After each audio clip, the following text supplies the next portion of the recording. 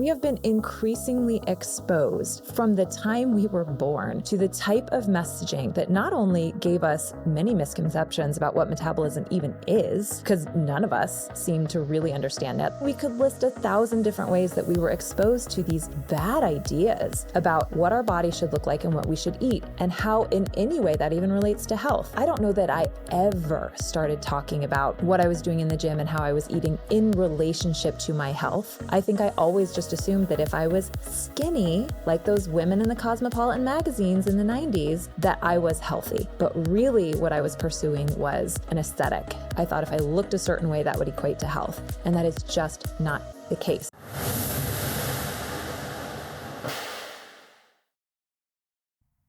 I am so excited to have you here, Liz, and we're going to talk today about metabolism, which I have discussed many topics around skin and some about aging. And obviously this past year, I've been talking a lot about perimenopause, menopause, this transitional hormonal shift that women specifically in like their later 30s and 40s kind of go through. So I'm really excited to have you here to dive a little bit more into the metabolism part of this. So thanks for joining us. I'm excited. Thanks for having me.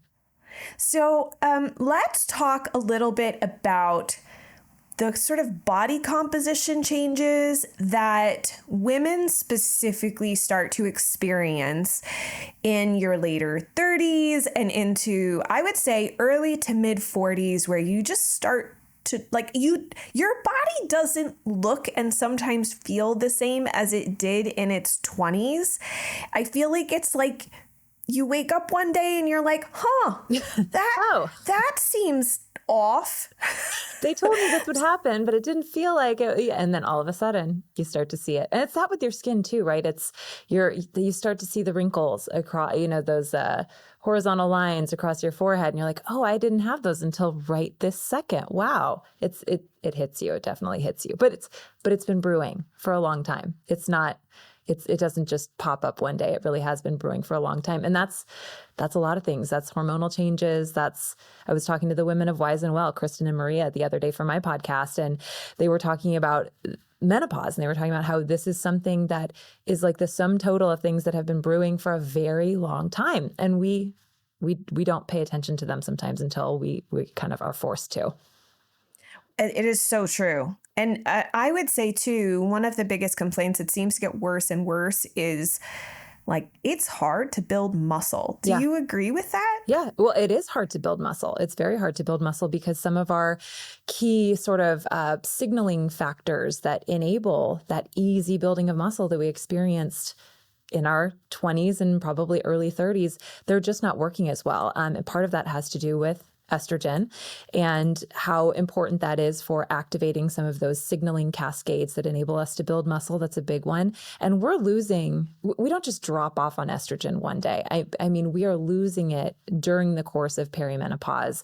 And then there's always a tipping point. There's always that where you feel like you've hit the wall. That's the tipping point. It's not like all of a sudden. It's something that's been gaining speed for a long time. And I'm sure you said this in the introduction, but I'm a nutritional therapy practitioner, but I'm also a certified personal trainer. So this is something, and I became a certified personal trainer at age 39 because this was something that I was being confronted with, and I wanted to really steep myself in all of this so I could understand it and hopefully edit my own experience and also be able to help other people with it. It is important because one of the things that I noticed, like I said, harder to gain muscle. Yeah. It seems like belly fat is a lot more stubborn. Mm-hmm. Fat in different areas where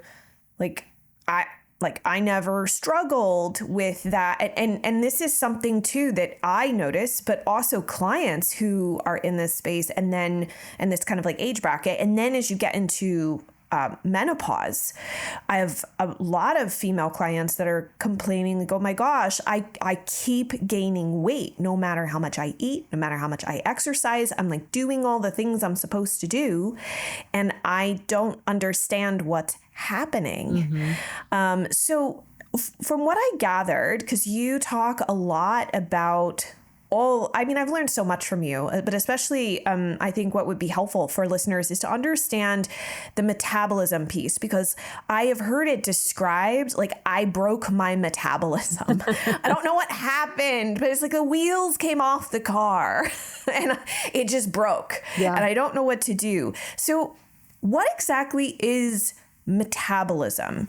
And what are some things that are involved, or some players that could be involved with things going sideways? Yeah, I love this question. And it's one that I grappled with myself before I launched a metabolism program that I have called Own Your Metabolism. I did kind of an informal survey of women in my age bracket, mostly my friends, but basically was like, what is metabolism to you? What does this word mean to you? And across the board, even with women who are in the health and wellness industry, it's how many calories you burn, right? Your metabolism is like how many calories you burn, calories in, calories out. And the only word that would pop up repeatedly was calories.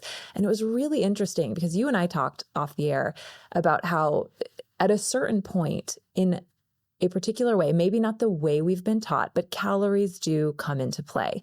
They do matter if you're trying to shift body composition in particular ways. Not necessarily if you're just wanting to build muscle, but certainly if you're trying to lose fat.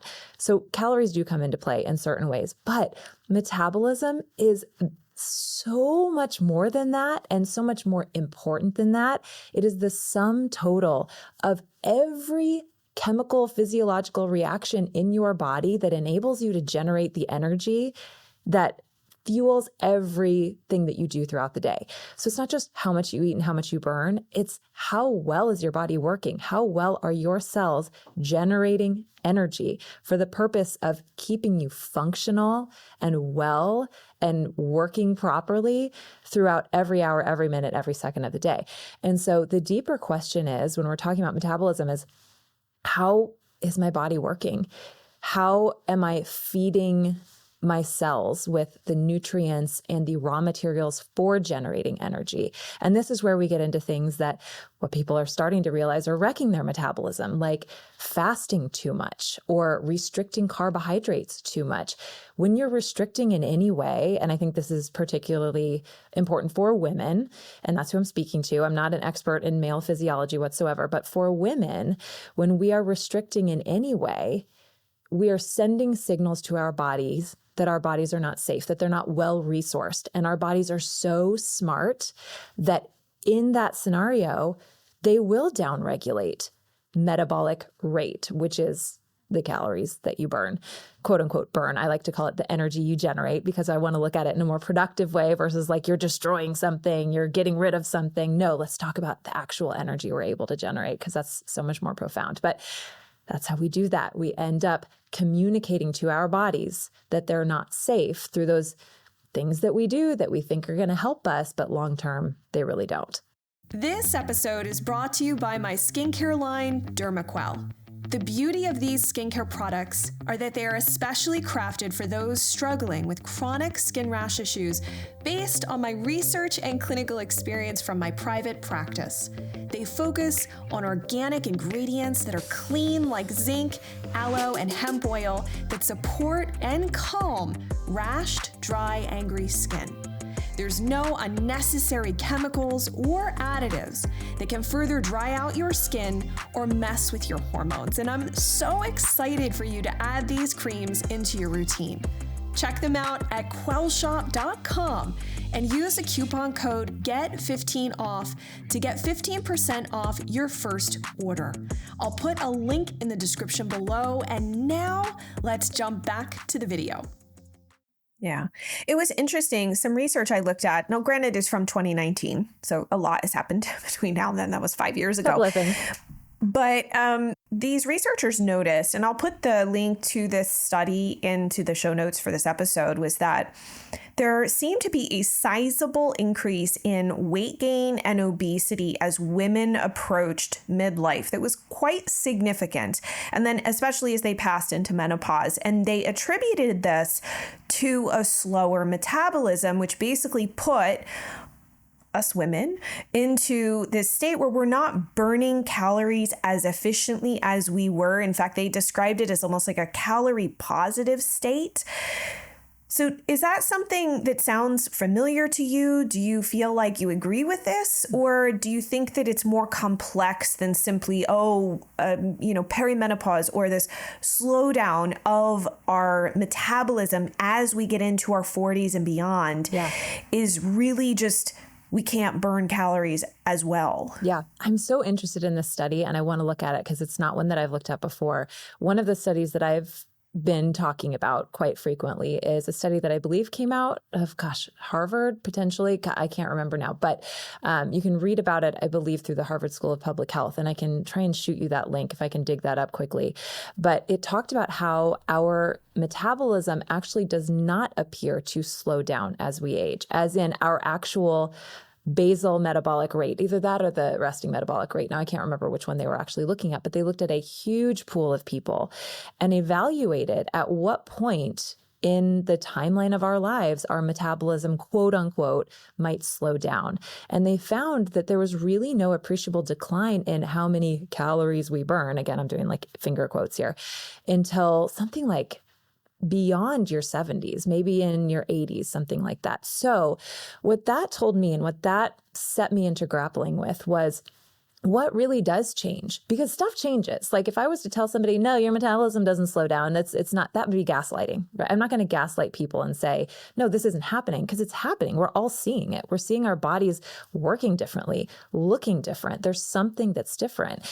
And what I came up with is, yes, there probably is something going on that puts us in a calorie positive state. I think that's a good phrase, but it's not necessarily because our metabolism is slowing down, like this inevitable decline of aging.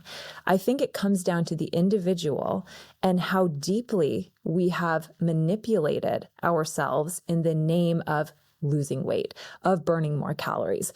We are working, and this goes to years and years before we're 35, 40, 45, 50. It's years of punishing exercise. It's years of our generation, what we have seen: low fat, low carb, keto, intermittent fasting. And I talked to women who were like, I've done all these things. I did low fat and then I did intermittent fasting and it didn't do anything. So now I'm doing full day fasts and now I'm doing water fasts and now I don't eat any carbs and now and I'm working out 5 days a week. Mm-hmm. What are we doing to ourselves?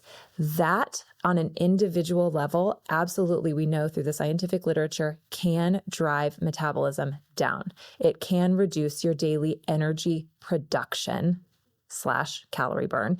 And that's because our bodies, again, back to that safety signal, we're communicating to our bodies that they're not safe, that they have no resources, and that they have to conserve.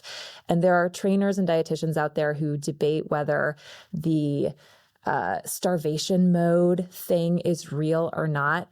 I think that's a silly debate to be having, because we know that our bodies will downregulate certain functions, whether hormonal function, thyroid function, how our metabolism actually functions when they do not feel that they're well resourced. So there's a lot of stuff going on. Maybe across the board, we're not seeing that your metabolism declines with age, but we are certainly doing things that on the individual level manipulate how our bodies generate energy, how they build muscle and whether they even can, and how those more intricate functions of our metabolism are working, which is glucose control, insulin function, muscle building, all of that stuff.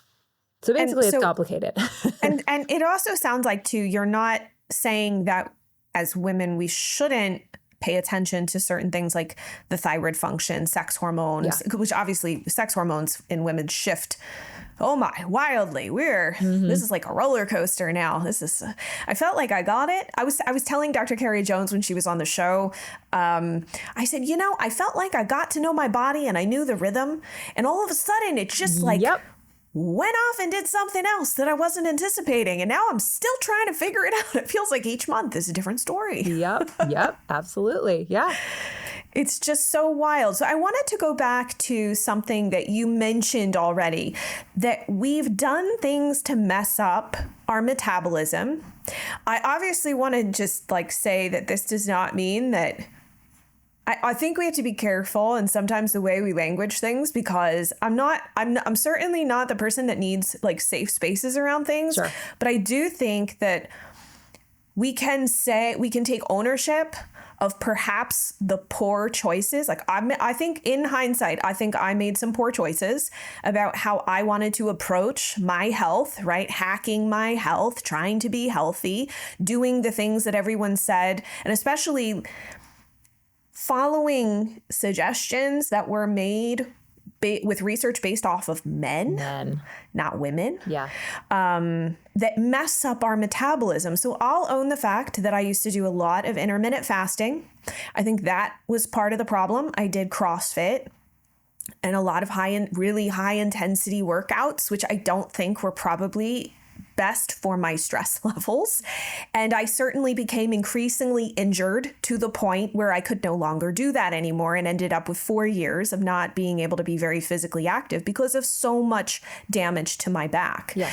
So, look, I do have to take ownership of that. I can't just go, well, this is where I ended up. I played a role in that. I understand. But I think it's important to own what we have done in an honest reflection without saying you did it to yourself in a way that it's like your fault, because I think there's a thing that we can take the sting out of it and just look at it from an objective standpoint.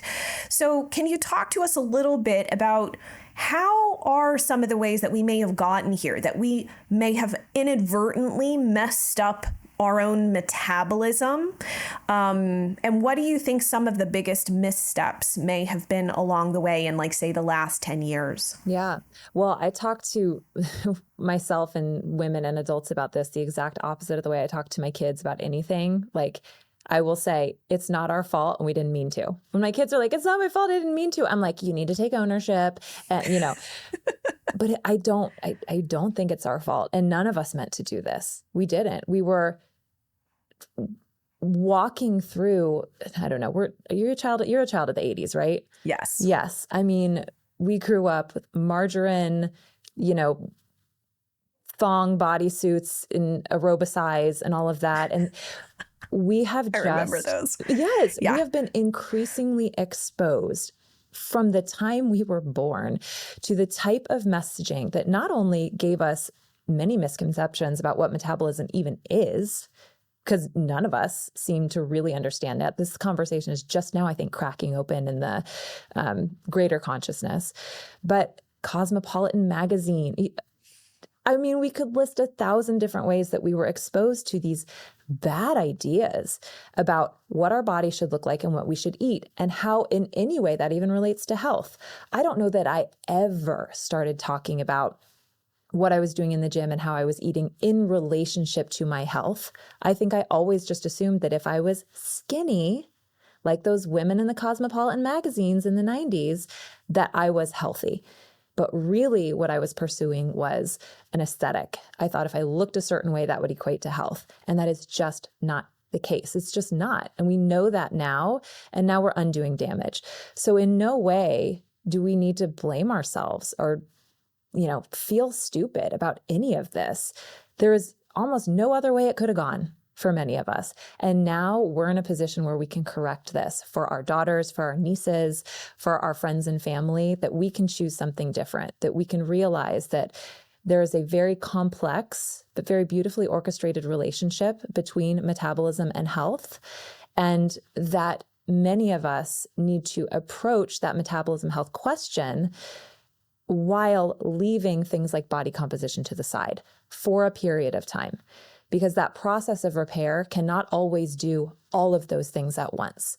But for me personally, the process of repair, prioritizing that for a decent period of time, is what I think enabled me to start looking at things like body composition and changing things like that with a much more balanced approach. And I think consequently, I've been able to program that through my fitness and through my nutrition in a way that is not going to further damage or pile on to any damage that I had done in the past.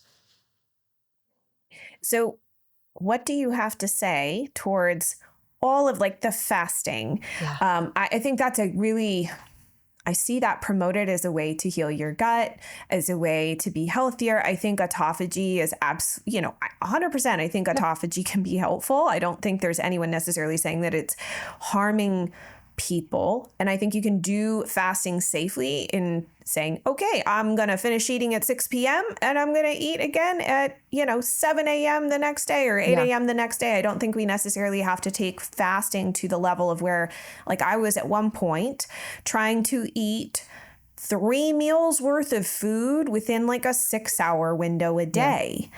And, there are loads of books and platforms and YouTube channels that are huge based off of women fasting, using it as strategies for perimenopause, into menopause. I get concerned because a lot of research we've come to discover now is pretty much just done on men, and we're not men. Yeah. So what do you think about that? The fasting conversation in conjunction with the fact that we don't really know how, from the research side, how this actually impacts the intricacy of the female hormonal cascade. Mm-hmm. I mean, there are a couple of things that we do know. We know that fasting downregulates the production of kisspeptin, which is a precursor hormone, basically, that affects our entire hormonal cascade, which is, like, as you said before, our hormones are incredibly important in this process. One of the things that I wanted to say about fasting, and you make a really wonderful point about a lot of this research is done on men. I want to point to another thing that a lot of fasting advocates have said in the past, and I'm noticing that a lot of them are sort of switching course, and they're not saying don't fast, and they're saying don't fast in the morning, fast in the evening. They're like, be done eating at 5 or 6 and then fast into going to, they're kind of like changing their narrative a little bit, which I think is good. I think once we get greater wisdom, we should always change course. I respect that. I think that's a good thing. One of the things that I want to point to as well is that a lot of what these folks have said in the past is, well, our ancestors fasted. It's a normal, natural thing. And I came from the paleo community. I came from the CrossFit community. I get it. I said that stuff. But then one day, actually semi-recently, I realized that yes, we are primal bodies, but we are in a modern world, and this world is absolutely in no way similar to the world that our ancestors lived in. And therefore, we have to go through that messy process of figuring out how to reconcile what our bodies are primed for and the actual experiences they're having in the world today, and how we can communicate safety and communicate that we are resourced and communicate that that we have the raw materials that we need to survive given the stressors and the stimuli that we are experiencing now today. So we have these long-range stressors. We have financial stress. I mean, folks that are in our stage of life, we are taking care of our parents now and our kids.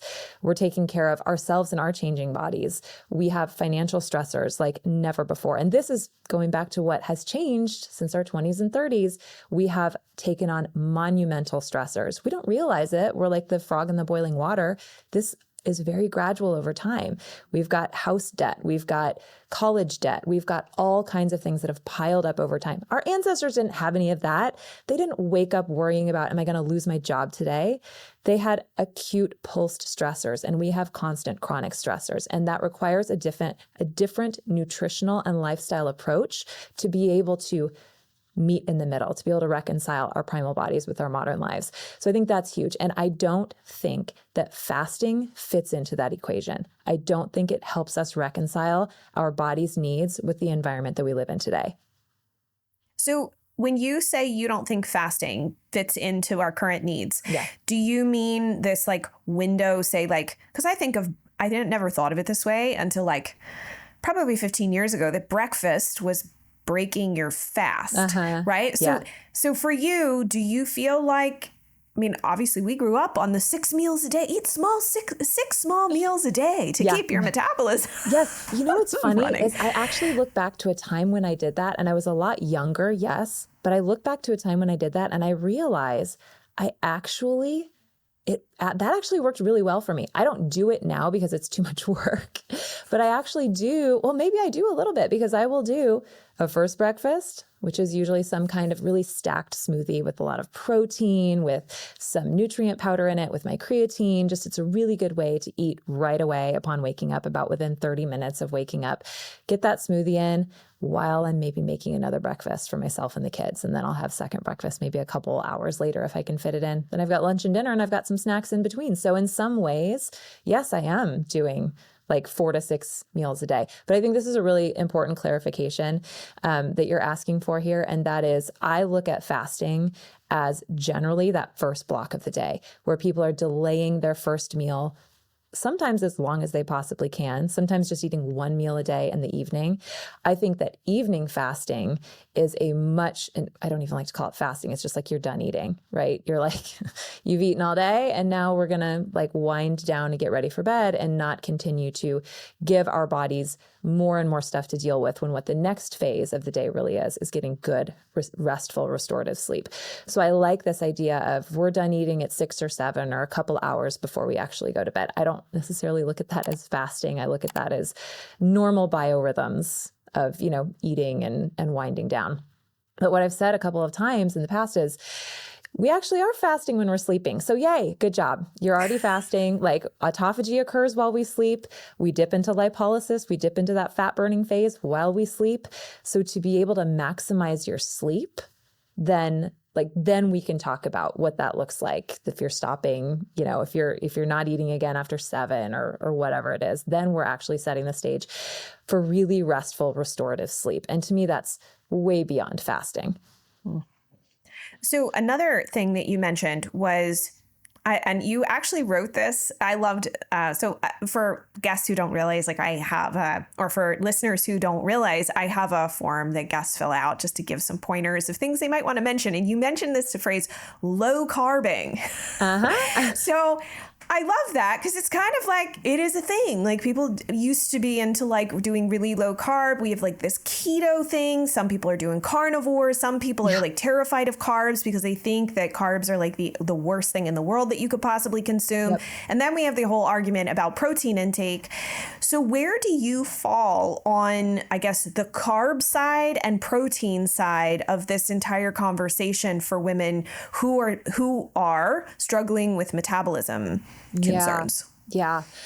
Whew. The hard part about this one is as practitioners, right, we have to say it depends. We have to look at people individually. And that's where working with people individually is really great because you can look at their overall stress milieu. You can look at what they've been doing up until this point. You can, if you think they would benefit from a higher carbohydrate intake, you can get them on that boat slowly. You can have an on-ramp where you're really working on carbohydrate digestion, bringing maybe fat intake into more reasonable bounds. I think a lot of people have in the low carb community and the keto community have just really been blowing out their digestion with really high fat intake for a prolonged period of time. And that's difficult too. So there are times when you really have to walk people through a recovery on some of that stuff. And that can be difficult. But in general, I believe that most women 35 to 45, 50, it gets a little more complex when your hormones are really changing around menopause, but it doesn't get any easier. So if you can start 35, 40, 45 in that ideal window, bringing carbs back in the form of fruit, starches, like more natural, nutrient-dense sources of carbohydrate, if you can start doing that and start teaching your body to tolerate them again, then I think you're setting the stage for a much easier and less stressful time going forward. And I say that because, and this still, I know people don't love this idea. I think it'll become more accepted over time. But one of my big, not platforms, but one of the things that I've been saying a lot lately is that carbohydrate sends signals of sufficiency to our bodies.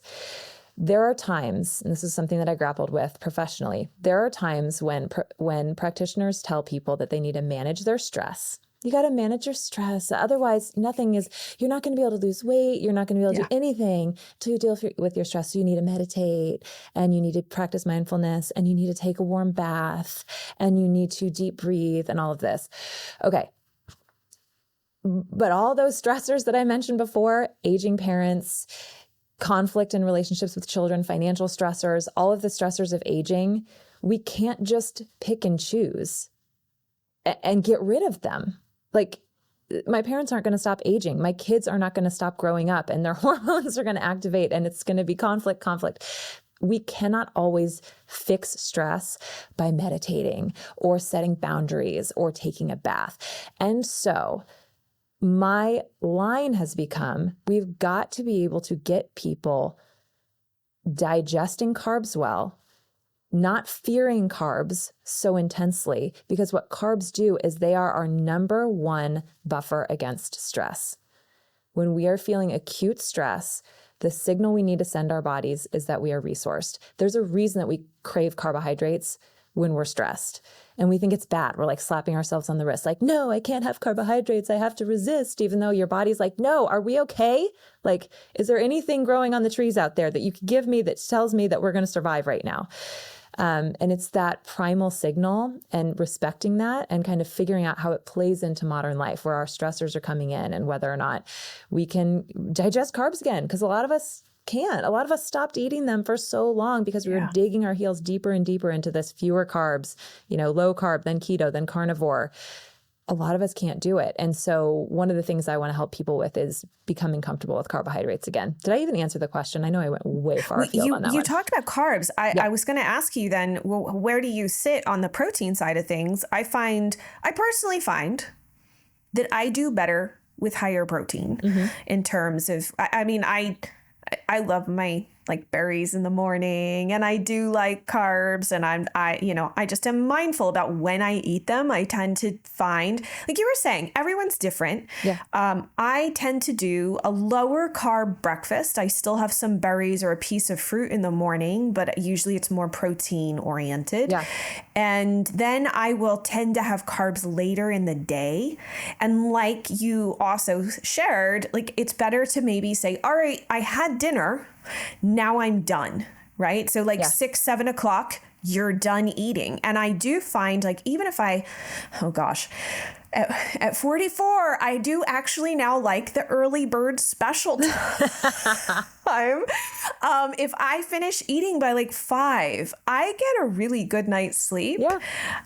And then I wake up the next day and I feel really, really refreshed because obviously everything, I guess, has moved through my system and my body was able to really get into a deep sleep and I feel restored. That's what works for me. I play around with that. So what are your thoughts on protein intake? If you also want to maybe touch on like amino acids and even like, I know it's not protein, but like you mentioned creatine. I do want to ask you about that. So anyway, what's your thoughts on protein intake for us in the perimenopausal camp? Yes. Well, it's so important. And this is a big one. I think a lot of us are seeing this on social media now, how much people are talking about protein.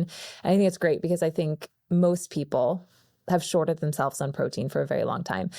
I think the recommendation of a gram of protein per pound of body weight is not supported by the scientific evidence. I think it's way more than you need. I think it's a very kind of bro approach to, if you're in the gym all the time and you're really trying to get that pump and whatever.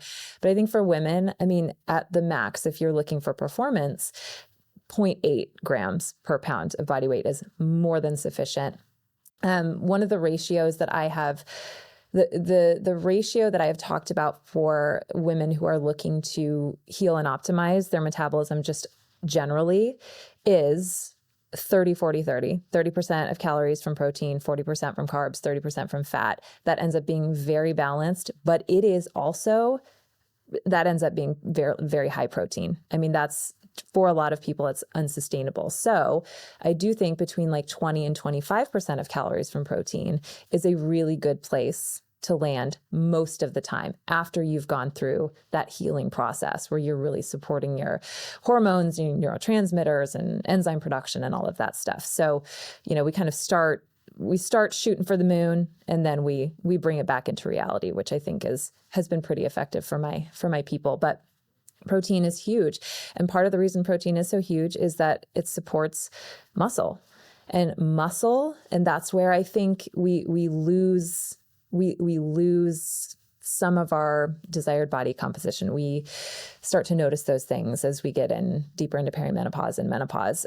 And I think some of that can be laid at the feet of protein, of how much protein we're eating and whether or not, and this is, I think, really key, whether or not we're actually asking our protein to work for us. So we're eating it, but how are we moving? Are we weight training? Are we resistance training? Are we actually giving our bodies first the raw materials, which is protein, and then the stimulus to use them and create something from them that's really going to benefit us? So this is why I'm passionate about protein, but also resistance training. And in there, you mentioned essential amino acids. This is my favorite thing in the world. And I created a supplement specifically for women 35 plus that is an essential amino acid supplement with added electrolytes and added taurine, which, by the way, we could do a whole other show on how amazing essential aminos and taurine are for the skin. But I created that because I felt like there was this gap, right? Women were so busy. Women are working so hard to get their protein in. They've got enough to think about. If we really want people to be resistance training and getting the raw materials to create something out of that time in the gym, I think that missing link is essential amino acid supplements. It's the easy button in some ways, but I don't care. I think at this point, we deserve an easy button. And let's take the shortcut. So an essential amino acid supplement is just 8 or 9, depending on whether or not you include histidine. There's reasons not to. So I chose not to include histidine in my formulation. And my histamine sensitive people have thanked me for that. But I do use 8 essential amino acids plus taurine plus electrolytes to promote muscle protein synthesis, the building of muscle, but also to enhance recovery. Because I think a lot of us at this age, we need that recovery more. We need to think about it more than we ever thought about it before. So those 3 keys for me are protein intake, resistance training, and carbohydrates too, though, by the way. And I know I'm throwing a lot out there, but to further harp on the fact that I don't want people to be afraid of carbohydrates, I want people to understand that the insulin response, it's not all bad. Carbohydrates initiate an insulin response, but that insulin response also shuttles nutrients into our cells. It's not just how our body sounds the alarm and gets the glucose out of our bloodstream. It's how our body actually shuttles important nutrients into our cells. And that includes amino acids from protein. Yeah. And you mentioned creatine, which kind of feels like a bro supplement. Yeah. Like my trainer he does bodybuilding competitions and got my husband into creatine, but nobody ever brought that to my attention. And then I was looking at some research on how it could be helpful for brain health and some other things. And so what's your thoughts on women supplementing with creatine? It seems to be a fabulous idea, so much so that I supplement with it. A lot of people do ask me about the difference between creatine and essential aminos, so I'll throw that out there really quickly. Creatine is raw materials for energy. Essential amino acids are raw materials for our physical structure, our muscles, our bones, our tendons, our skin. And so they're 2 very different things, but they work synergistically to really optimize our metabolic function, particularly as it centers around our muscle function. So it's really important. But creatine appears to be neuroprotective. It appears to do quite a few really interesting things, especially in midlife and beyond. And I really see no reason that folks should not, at the very least, try it. It's flavorless. It doesn't taste gross. You just pop it in your smoothie. It's really easy. And the timing doesn't matter. I personally really like doing my essential aminos during my workouts to supply the raw materials to my body, on demand in the moment that it's actually needing them. But creatine, you can do any time of day. It really doesn't matter. And with creatine, so I'm going to ask you a question. Have you ever tried adding creatine to coffee or tea or something that's not a smoothie? I have not, because I gave up caffeine 5 years ago and my life is terrible. And so I have not tried that, but have you tried it? You'll have to tell me. I haven't. I'm considering it. My husband was like, don't touch my canister unless you get another one. I don't want you digging into my stash. And I was like, fine. So it's TBD on this front. I thought I would give it a shot because I do add collagen to my daily latte in the morning. Yeah. And I thought, well, if I could add that in there, it would just be easier. Like you said, I like those easy what did you call it? It's like the easy button. The easy like button, the shortcuts. Like, let's I take like all that. the shortcuts. Let's do the protein shakes. Let's not, if that's another one of those things where it's like, yes, we are primal people and we're meant to just eat all whole foods all the time. Sure. Okay. But what we really need sometimes is a dang old protein shake and a couple of easy buttons just to make our lives easier. And I think that would work great. I mean, I wouldn't put creatine in boiling water. I think it could potentially break down into maybe creatinine. I'm not sure, but as long as you're not going at too high temperatures, I say go for it. TBD. I'll keep you posted. Yeah, let me know. I'll let you know. Yeah. So I wanted to ask you one final question, because I think many women, myself included, so I'm going to out myself here. This is something I've been working on in therapy because I didn't even know I was doing it, which is a lot of black and white thinking. and maybe look, we're both in the food and wellness and health community, and there's a lot of black and white thinking. This is good, this is bad. And I've gotten to this place where I realize more the Goldilocks approach, not too much, not too little, just finding the right amount, usually tends to make me feel personally more comfortable, and also helps encourage my curiosity into the gray as to why this works, right? Nuance and not getting so triggered by conversations that, I follow some people on Instagram that they're like, oh my gosh, this one ingredient in this food is making you sick, and this is why you're fat, and blah, blah, blah, blah, blah. And I'm like, oh. Yeah. Can we stop? This actually is not helpful. And you can see in their comments how deeply confused they are making people, but they know that fear is our greatest motivator and gets the most clicks and likes and shares and all sorts of things. So I would just love to know your thoughts on how do we approach things? Like you talked about the carbs, you've talked about protein and ways to help your metabolism, but just from a mindset perspective, what do you think about the black and white thinking versus maybe we find somewhere in the middle, like the Goldilocks right amount to help us through this like time of that is deeply unsettling. Like you said, it is deeply unsettling. It is ungrounding. You think you got through the life stressor and then something else pops up and you've got to deal with it, right? You can't just like walk away and be like, listen, I'll come back to you in like 5 days. That's not always an option. Especially like you said, when it's a parent, your kid, something goes on with your home, you don't have that option. So what do you think that listeners could use from a mindset or attitude perspective when they approach some of these bigger factors that could help alleviate some level of stress, the stressors and the way that they're approaching stress in their life? That's such a great topic to explore. You use the word curiosity, and I love that. I think black and white thinking runs very counter to curiosity. When we are mired in one thing, when we are so sure about one thing, are we being curious? Are we still wondering? Are we still in that flow of being willing to consider things, to think about things and how they relate to us specifically and how they might not relate to somebody else specifically? So the more curious you can be, the more open you can be to other ideas. It doesn't mean you have to do them. It doesn't mean you have to implement them.